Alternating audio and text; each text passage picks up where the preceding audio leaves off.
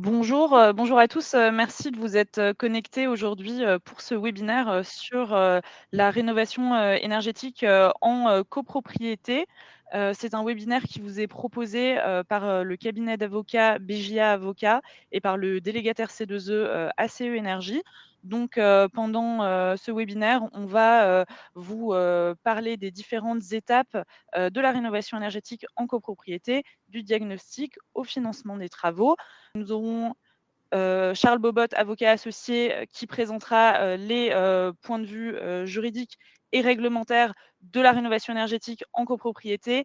Et ensuite, nous aurons Georges, chargé d'affaires C2E chez ACE Énergie, qui nous présentera les enjeux liés plus particulièrement au financement de la rénovation énergétique. Et donc, moi, je vais faire l'introduction et j'animerai ensuite la partie questions. Tout d'abord, pour vous présenter, les entités ACE Énergie, on est délégataire C2E. On a, une offre, de financement, grâce à différents mécanismes, notamment les certificats d'économie d'énergie, mais on peut aussi être active, sur d'autres financements comme MaPrimeRénov' ou, des prêts, à taux bonifiés grâce à certains de nos partenaires. On a été fondé en 2019 et on est aujourd'hui une entreprise d'un peu plus de 60 pardon, salariés. Et donc, Georges, qui présentera tout à l'heure, accompagne en particulier les copropriétés dans leurs travaux de rénovation énergétique et dans le montage de leur dossier de demande de subvention. Mais on y reviendra tout à l'heure et je vais laisser Charles présenter BGA Avocat. Oui, bonjour à tous. Bonjour Sophie, merci pour cette organisation et présentation. Le cabinet BGA Avocat, dont je suis associé, intervient en droit immobilier et particulièrement pour ce qui me concerne en droit de la copropriété. On intervient en conseil et en contentieux dans l'ère de la rénovation énergétique, on a de plus en plus de questions qui résultent d'assemblées générales où ces projets peuvent être mis à l'ordre du jour. Il y a aussi beaucoup de diagnostics qui sont concernés. Sur ce webinaire, chez nous, on l'appelle un agora, puisqu'on a événementialisé autour de la loi du 10 juillet 1965 qui va atteindre ses 60 ans au 10 juillet prochain. Et il y a certaines évolutions majeures qui sont en cours. Et ces politiques publiques de rénovation énergétique sont vraiment devenues centrales. Il y a eu beaucoup de réformes dernièrement et ce webinaire va nous permettre de les prendre en considération. Merci beaucoup. Donc, le webinaire sera structuré en 3 parties. D'abord, on va revenir un petit peu sur le contexte, les enjeux de la rénovation énergétique en copropriété aujourd'hui. Dans un second temps, on vous parlera des mécanismes de financement. Puis dans un troisième temps, on vous présentera un cas client qui a été réalisé, financé par ACE Énergie. Comme ça, vous pourrez vous projeter dans des travaux de rénovation énergétique. Et ensuite, bien entendu, on aura une partie questions-réponses lors de laquelle vous pourrez poser toutes vos questions dans l'onglet dédié. Et ensuite, on vous laissera nos coordonnées si vous avez encore des questions a posteriori après le webinaire. Donc, pourquoi on a fait aujourd'hui ce webinaire sur la rénovation énergétique? Pourquoi la rénovation énergétique, c'est un enjeu majeur et très important? Aujourd'hui, la France, si elle veut s'aligner sur ses objectifs de décarbonation et d'efficacité énergétique, eh ben, elle devrait effectuer 7 fois plus de rénovation que ce qui est effectué aujourd'hui, en tout cas dans les rénovations qu'on appelle des rénovations globales, qui sont des rénovations qui vont embarquer plusieurs postes de travaux. Donc ça veut dire concrètement, par exemple, réaliser l'isolation thermique par l'extérieur dans un bâtiment, conjointement au changement du système de chauffage et à l'isolation des combles et des toitures. Par exemple, et ben, si on englobe tout cela dans un package, dans un plan de travaux, et ben, on appelle ça une rénovation globale. Et en 2024, on en a effectué seulement 90 000 en France, alors que l'objectif, ce serait d'ici 2030 d'en effectuer 700 000 par an. Donc, on est encore loin du compte. Et pourquoi on est loin du compte? C'est parce que c'est complexe, c'est compliqué. Et donc là, nous, aujourd'hui, on est là pour vous aider et pour vous outiller et vous aider à comprendre les mécanismes pour enclencher une rénovation énergétique dans vos copropriétés. En Charles, vous vouliez effet, compléter? en effet, la rénovation énergétique en copropriété, c'est souvent faite par geste et de manière non globale. Et voilà, c'est un peu la minute de Jancovici, mais le secteur du bâtiment, il représente 45% de la consommation d'énergie nationale. Et parmi les différentes industries, le logement accuse un retard. C'est pourquoi il y a eu un certain nombre de rapports, dont celui de la Banque des territoires, qui indique que voilà, il y a un besoin de massification des travaux, des aides. La rénovation des copropriétés constitue un marché de près de 9 milliards d'euros par an. Donc pour cette massification, il n'y a pas seulement une filière, mais des filières qui doivent s'organiser, que ce soit auprès des gestionnaires de copropriétés, mais aussi des AMO, des diagnostiqueurs, de ceux qui proposent des aides, des banques. Et l'idée, c'est de travailler de concert. Il y a d'autres chiffres qui sont assez édifiants.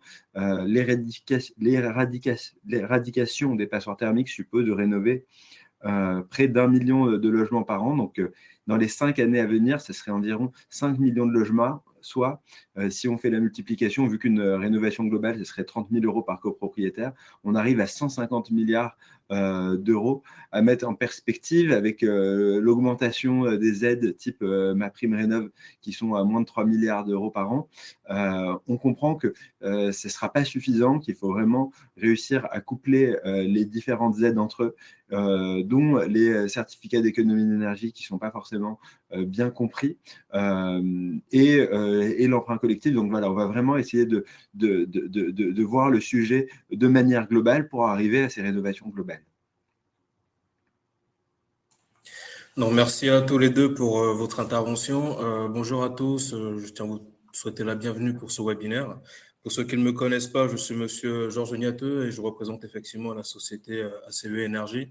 Comme l'a dit Sophie, nous sommes un délégataire spécialisé dans l'optimisation des primes CNESE, mais aussi l'accompagnement des copropriétés sur les sujets liés à la rénovation énergétique. Avant d'aller donc un peu plus loin dans la présentation, sachez que ACE Énergie intervient à chaque étape, donc de la mise en place du diagnostic avec les plans pluriannuels de travaux, DTG plus audit énergétique. Nous intervenons aussi dans tout ce qui est structuration des financements et ce jusqu'à l'obtention des primes. Donc, pour vous donner un petit peu de contexte, il faut savoir que la rénovation énergétique est devenue un sujet plutôt stratégique, tout simplement, parce que donc, plus de 70% du parc immobilier date d'avant 1975, c'est-à-dire avant les premières réglementations thermiques. Vous pouvez aussi noter que la plupart des bâtiments sont mal isolés, il y a des charges qui ne cessent de croître, et surtout, il y a un inconfort thermique qui ne cesse de s'accentuer. Cependant, nous pouvons quand même dire que la rénovation énergétique reste un sujet plutôt d'opportunité parce qu'elle permet de valoriser donc, le bien immobilier dans le temps, elle permet de réduire les charges des copropriétaires, elle permet aussi d'améliorer le confort thermique et surtout de participer donc, aux sujets liés à la transition écologique qui, je pense, intéresse bon nombre d'entre nous.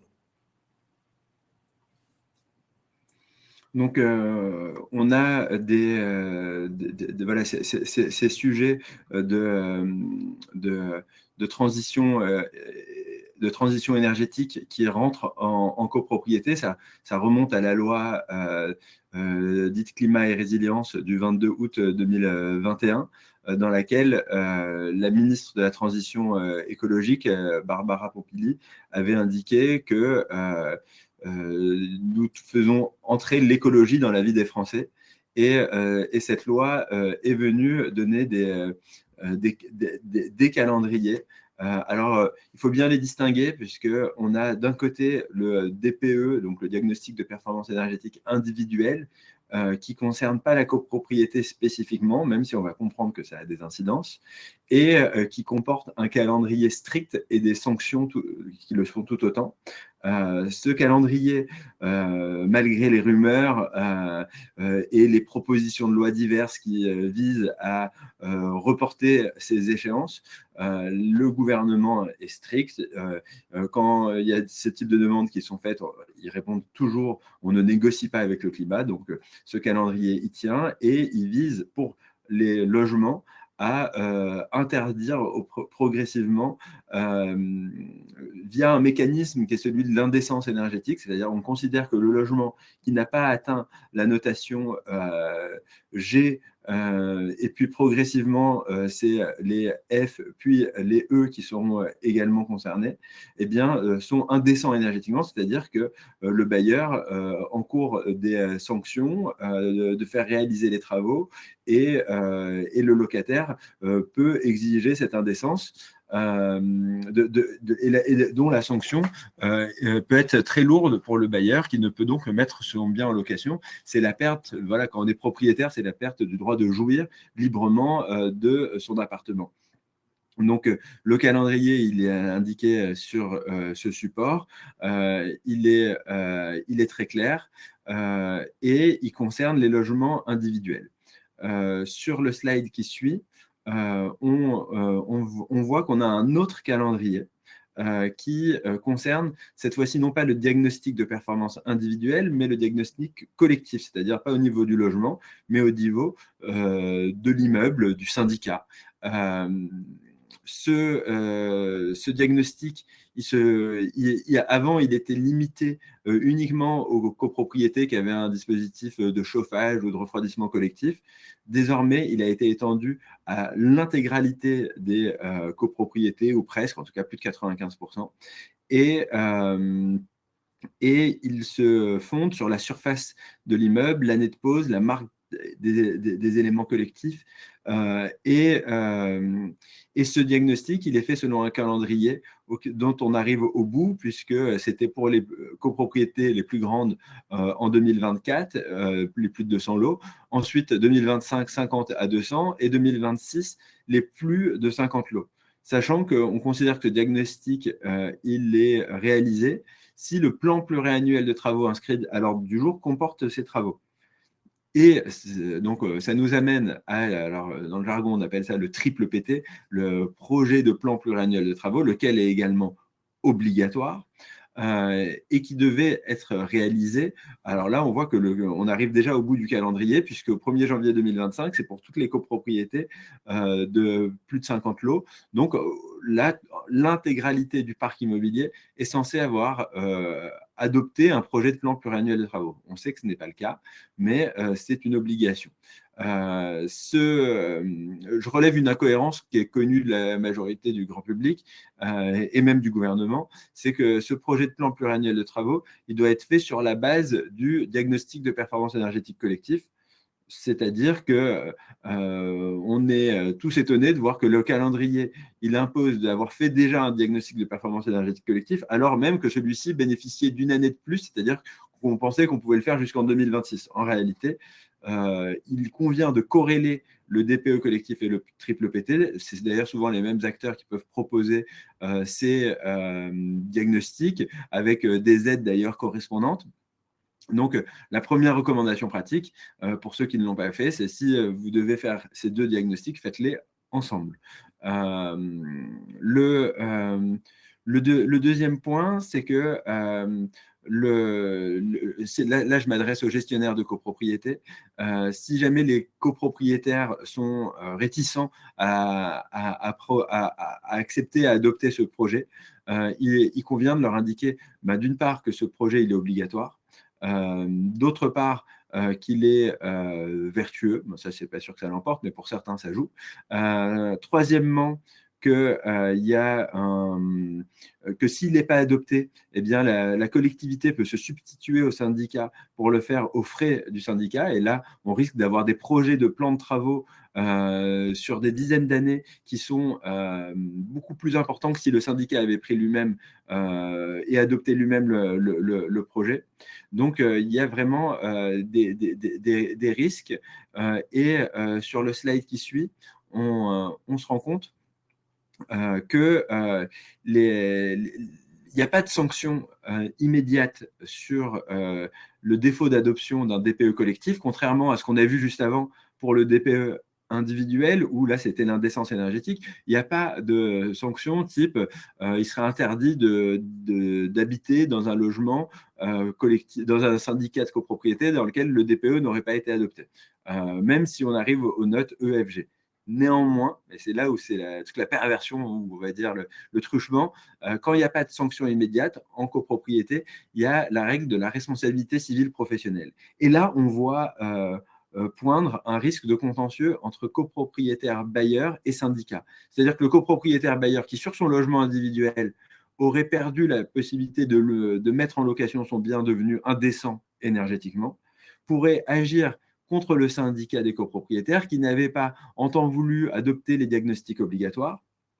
Donc ça, c'est un risque majeur pour le syndicat de ne pas adopter et mettre en œuvre les travaux consécutifs. Le deuxième élément, même si on n'est pas un copropriétaire bailleur, le copropriétaire vendeur, et là on arrive à la question du risque économique, eh bien, quand un copropriétaire va vendre son lot, eh bien, la valeur de son lot, ça sera plus seulement par rapport à son propre logement, mais ce sera dans le cadre de l'immeuble. Il y a la demande de transmission des diagnostics et des triple PT. Si ceux-ci n'ont pas été adoptés, ça pourrait justifier pour l'acquéreur de demander une décote sur la valeur du bien, puisqu'il se rend compte qu'il est dans un immeuble qui ne serait pas concerné, qui n'aurait pas anticipé les sujets de la rénovation énergétique. Le dernier risque économique que je voudrais évoquer, c'est qu'on est dans un pays dans lequel on a des dispositifs qui sont parfois remis en cause quand on a des changements de majorité politique. Aujourd'hui, on a des aides sur lesquelles il y a des engagements fermes qui ont été pris, mais il y a un aléa, et donc inviter les copropriétaires, excusez-moi, inviter les copropriétaires à adopter maintenant les dispositifs, alors qu'il y a des aides qui sont disponibles, c'est éviter de souffrir de ce risque de l'aléa. J'en profite pour, voilà, il y a toujours des rumeurs. La question, c'est de savoir, est-ce que la proposition de loi qui a été adoptée par le Sénat va revenir sur le risque d'indécence énergétique. Il y a une volonté c'est un peu de se lever le soldat Ryan, c'est-à-dire qu'aujourd'hui, le logement, on manque de logements disponibles. La filière de travaux et de promotion immobilière est également en panne depuis un petit moment. Et si on retire du marché tous les biens qui sont menacés par le DPE, c'est plus de 600 000 logements du parc locatif qui sont menacés. Donc, à chaque fois, le gouvernement, plutôt que de revenir sur le calendrier, cherche à ajuster. Alors, par exemple, on avait eu un arrêté du 25 mars 2024 qui avait permis à 140 000 logements de petite surface de sortir de la qualification de passoire énergétique. Aujourd'hui, la proposition de loi dite Hamel-Gacquerre, elle propose de faire des présomptions de décence, c'est-à-dire lorsqu'un propriétaire il a réalisé tous les travaux techniquement et juridiquement possibles pour atteindre la classe énergétique requise, ou bien que les travaux ont été refusés par une décision administrative ou d'assemblée générale datant de moins de 3 ans, eh bien, par décret en Conseil d'État, eh bien, il y aura la possibilité d'obtenir une dérogation. De la même manière, si jamais le logement il est situé, donc deuxième présomption, lorsque le logement est situé dans un immeuble relevant de la copropriété et que le syndicat il a conclu un contrat reposant sur un audit énergétique, un DPE, un DTG ou un triple PT, eh bien, comme les travaux ils vont être engagés, eh bien, on laisse un délai qui peut aller jusqu'à, dans un délai raisonnable qui ne peut excéder 5 ans à compter de la conclusion du contrat précité qui vise à obtenir une rénovation énergétique. Donc, je rappelle que le triple PT, il doit permettre une analyse des éléments du bâtiment, des travaux nécessaires à la sauvegarde de l'immeuble, des travaux permettant la réalisation d'économies d'énergie, une estimation sommaire du coût des travaux, une proposition d'échéancier. Et donc, ces travaux, dans le cadre du triple PT, ils vont faire l'objet voilà, d'un contrat et le syndicat, il va pouvoir voter pour un des scénarios. Donc, généralement, ça se fait en 3 ans. En première année, on adopte le triple PT. Deuxième année, on adopte le plan et ensuite, dans l'année qui suit, on adopte les travaux. Donc, c'est vraiment un travail en amont qui doit se faire en concertation. Et le dernier point par rapport à cette proposition de loi, c'est que lorsque le DPE est établi pour l'ensemble du bâtiment d'habitation collective dans lequel le logement est situé, eh bien, on considère que le logement individuel a également un DPE suffisant. Donc, ça permet d'avoir quelque part une solidarité et il convient de souligner que ce texte ne vise pas l'ensemble exclusivement les copropriétés, mais l'ensemble des bâtiments collectifs. Donc, on a des assouplissements, mais on n'a pas un report des obligations. Donc, il y a vraiment une nécessité de poursuivre. Et dans le slide suivant, on se rend compte que pour arriver aux travaux, on a des emprunts collectifs qui peuvent permettre aux copropriétaires de faire face. Alors, les dispositifs actuels, c'est donc celui qui est prévu à l'article 26-4 de la loi du 10 juillet 1965 qui a été réformé dernièrement. Eh bien, il permet, alors aujourd'hui, on a 2 grands acteurs en termes dans le monde bancaire, c'est Domo Finance et la Caisse d'épargne Île-de-France, qui propose le coprosan qui permet, c'est un emprunt collectif à adhésion individuelle. Donc, une fois que les travaux sont adoptés, ça peut être à la majorité de l'article 25 ou si jamais on a la passerelle, on peut arriver jusqu'à 24. Eh bien, ça permet d'obtenir à la même majorité le vote de cet emprunt collectif à adhésion individuelle, c'est-à-dire que chaque copropriétaire va souscrire un bulletin d'adhésion. De l'autre, on a l'éco-PTZ qui permet, et là-dessus, Georges reviendra, de souscrire dans des conditions avantageuses en matière de taux. Ces emprunts collectifs, ils peuvent permettre de préfinancer des subventions. Et le dispositif qui est à venir, c'est un emprunt collectif à adhésion automatique. On attend encore les derniers décrets, mais ce dispositif il permet de massifier les emprunts, puisque qui ne dit mot empreinte, et donc il n'y a même pas besoin de remplir un bulletin d'adhésion individuel. Ça va simplifier le travail de gestion de ces emprunts. Toutefois, il est un peu exigeant puisque celui qui voudrait refuser l'emprunt devra payer la totalité de sa quote-part dans le délai de 6 mois. Donc, c'est assez exigeant. Il y a des décrets qui sont en attente. Pour l'instant, ça fait l'objet voilà, de controverses parce qu'on n'a pas de banque, on n'a pas d'organisme de caution qui vont encore vers cet emprunt, mais affaire à suivre. Donc, le dernier dispositif, c'est d'avoir des aides. Et là-dessus, je laisse la parole à Georges.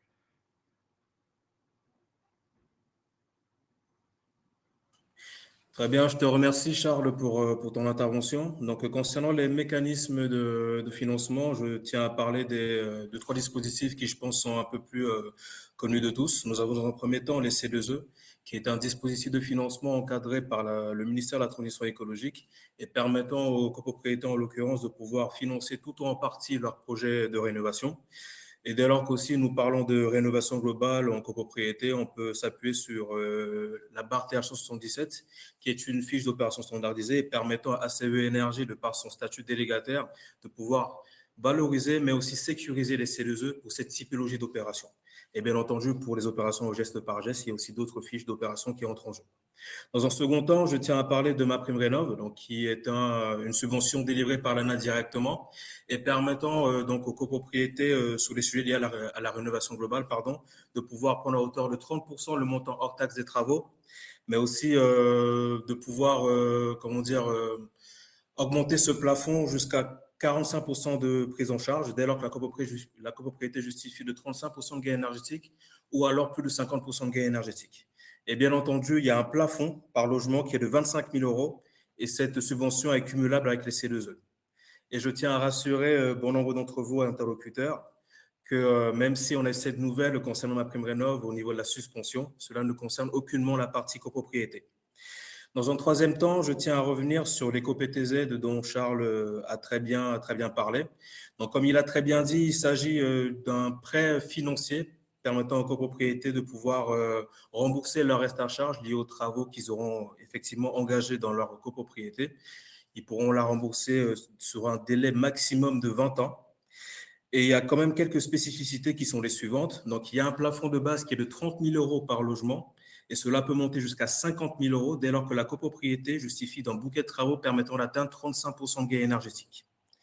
Bien entendu, tout le monde y est éligible, sauf certaines personnes, notamment les personnes étant à plus de 6 mois d'impayés sur les charges de copropriété, les personnes étant interdites bancaires et les personnes ayant des locaux commerciaux.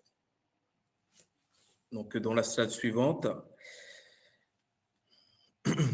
nous avons ici donc un cas client assez classique, assez basique. Donc, une copropriété de 50 lots nous ayons sollicité afin d'avoir un devis PPPT, DTG plus audit énergétique. Et bien entendu, ACE Énergie a des partenariats avec des bureaux d'études thermiques lui permettant de pouvoir fournir cette prestation. Et bien entendu, l'étude a été réalisée, il y a un diagnostic qui a été établi et la copropriété a prévu donc de pouvoir voter les travaux en Assemblée générale, le but étant de pouvoir sélectionner un scénario de travaux le plus avantageux pour eux. Donc ici, ils ont choisi le scénario de travaux permettant d'atteindre les 35% de gain énergétique. Et là, on peut voir que le coût des travaux au niveau de sa totalité est de 1 250 000 euros. Et ma prime rénov copropriété a donc pris 30% de ce montant parce que la copropriété justifie d'un gain énergétique de 35%. Par la suite, nous avons donc les CLE qui viennent prendre leur part et l'éco-PTZ qui finance le reste à charge. Donc, comme je vous l'ai indiqué concernant l'éco-PTZ, le plafond peut monter jusqu'à 50 000 euros dès lors que la copropriété justifie d'un gain énergétique de 35%. Et si nous faisons simplement une division donc, de ce montant par le nombre de lots, ça nous donne un montant d'à peu près 14 000 euros et des poussières. Donc, on est totalement dans les clous. Et si nous voulons même aller encore plus loin dans cette réflexion, on pourrait donc diviser le montant par le nombre d'années, qu'on divisera ensuite par le nombre de lots, ce qui donnera un montant de 60 euros de mensualité sur 20 ans et qui sera bien entendu intégré aux charges générales de copropriété. Donc, pour conclure cette partie, j'aimerais tout simplement dire que la rénovation énergétique reste rentable, accessible pour tous, mais simplement, il est très important d'être bien accompagné. C'est pour ça que nous, ACE Énergie, nous existons. Nous pouvons vous aider sur la partie structuration de vos dossiers afin d'aller rechercher le maximum de primes pour permettre de réduire considérablement le reste à charge lié aux travaux que vous aurez engagés. De ce fait, n'hésitez pas à nous solliciter dès le début de vos projets, notamment avec la mise en place d'un projet de plan pionnier de travaux DTG plus audit énergétique. Vous pouvez nous solliciter pour la valorisation CLE de tous vos dossiers en geste par geste, donc isolation thermique par l'extérieur, toiture terrasse et autres, mais aussi vos projets de rénovation globale. Vous aurez nos coordonnées en fin de présentation et vous pourrez de ce fait vous rapprocher de nous pour telle ou telle question. Je vous remercie.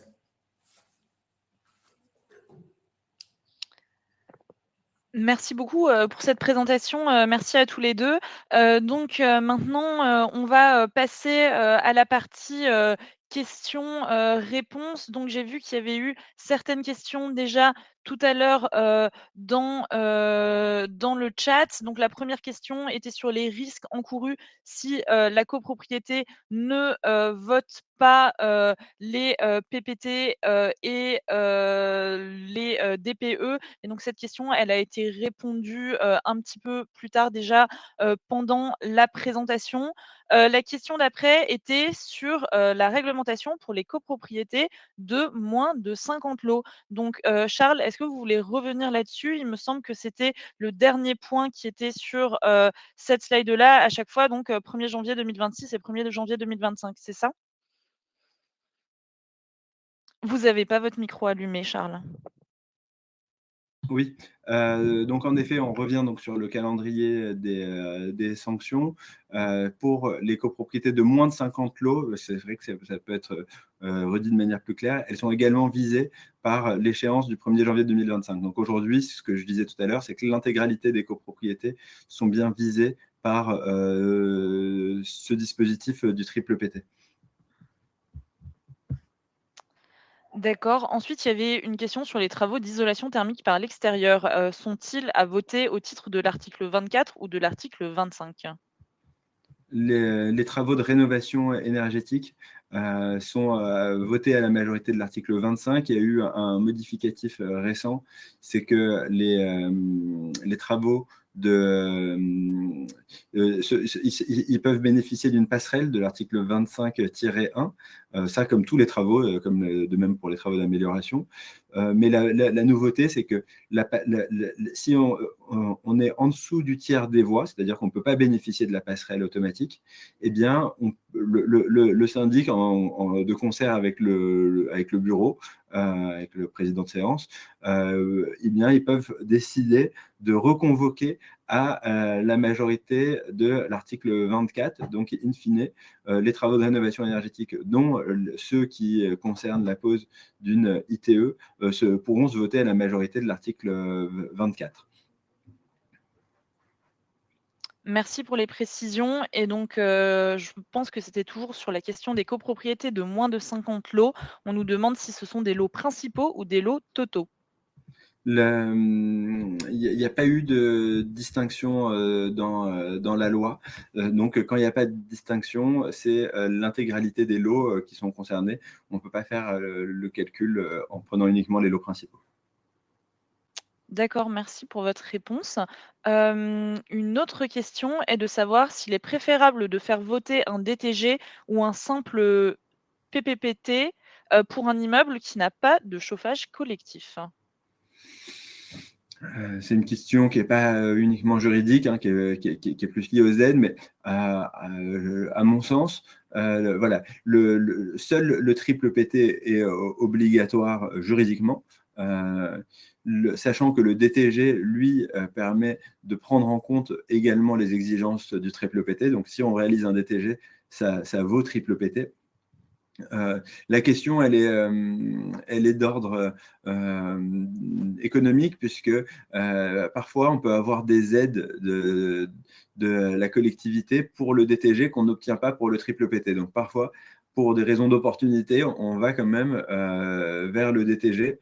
C'est franchement une question de coût. Il faut regarder par rapport aux devis qui vous sont proposés et les aides corrélatives, si vous préférez aller pour l'un ou pour l'autre, sachant que c'est vrai que s'il n'y a pas de chauffage collectif, les ambitions seront peut-être un peu moins. Peut-être que Georges, tu voulais compléter sur cette partie des financements sur les DTG et sur les PPPT, donc pour les faire financer par des aides à la rénovation énergétique? Eh bien, il y a une subvention par la métropole du Grand Paris concernant le DTG. Donc, après, je vois qu'il y a une question de la part de Wardia, donc qui parlait de ça justement. Mais il faut savoir que le DTG en question qui est subventionné par la métropole, notamment, répond à un certain cahier des charges. Donc, le PPT, lui, à ce niveau-là, est plutôt revu, comment dire, il est plutôt amélioré pour répondre à ce cahier des charges afin de pouvoir bénéficier de la subvention. Et ce DTG est complet parce qu'il y a une étude, il y a un audit énergétique qui est inclus, il y a une partie, il me semble aussi architecturale un petit peu. Donc voilà un petit peu ce que je pourrais rajouter par rapport à ça.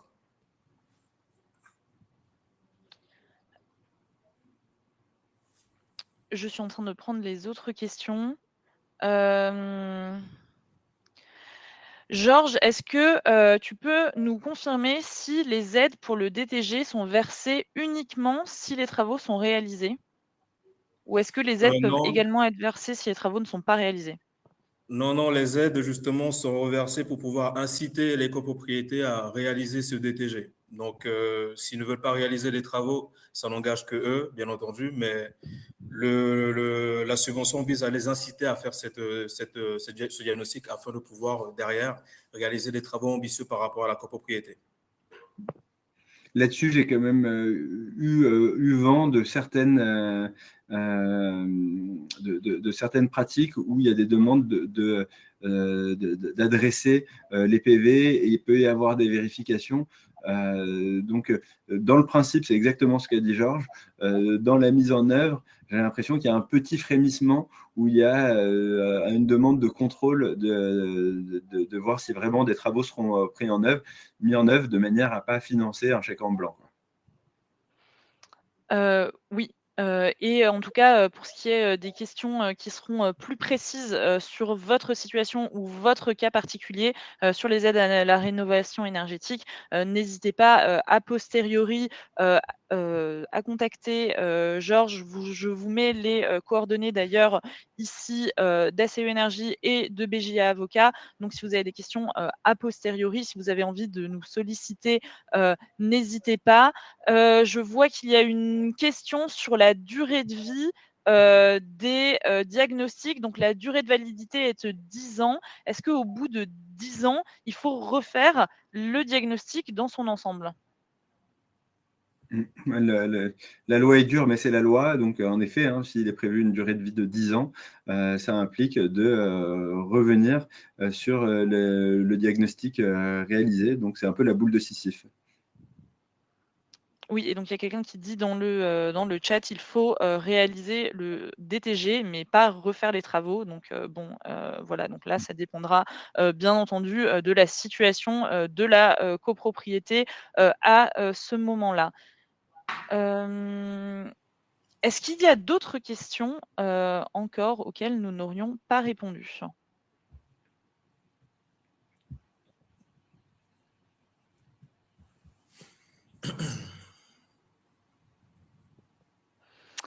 Alors, on a une question plus, technique, peut-être, pour toi, Georges. Donc, comment est calculé le gain énergétique de 35 requis pour l'éco-PTZ, renforcé ou pour les C2E? Eh bien, cette partie-là, comment dire, elle est calculée grâce notamment à l'audit énergétique qui sera établi par un bureau d'études agréé. Donc, c'est eux qui ont tous les outils pour pouvoir pouvoir déterminer tous ces éléments de gain énergétique. Donc, il n'y a pas, c'est pas les personnes lambda comme nous qui pourront le faire, c'est vraiment des énergéticiens, pardon, qui ont cette agrémentation, qui seront en mesure de pouvoir donner les éléments là-dessus. Et donc, nous, on a des partenariats chez ACE Énergie avec, des bureaux d'études, donc qui pourront vous aider, des thermiciens qui pourront faire, ces, calculs, et donc calculer, si, le gain énergétique, sera atteint, ou non. Et donc nous, on travaille, main dans la main avec eux, pour, vous permettre d'avoir, des dossiers qui soient, solides au moment, de vos, demandes d'aide. Je vois qu'on a encore quelques questions. Si les travaux n'ont pas la majorité de l'article 25, ne peut-on pas en AG directement passer sur le 24 sans reconvoquer? Alors, c'est la question de la passerelle. Donc, ces travaux de rénovation énergétique, si on a plus du tiers des voix, parce que normalement, c'est des travaux qui sont votés à la majorité de l'article 25, c'est-à-dire la majorité absolue.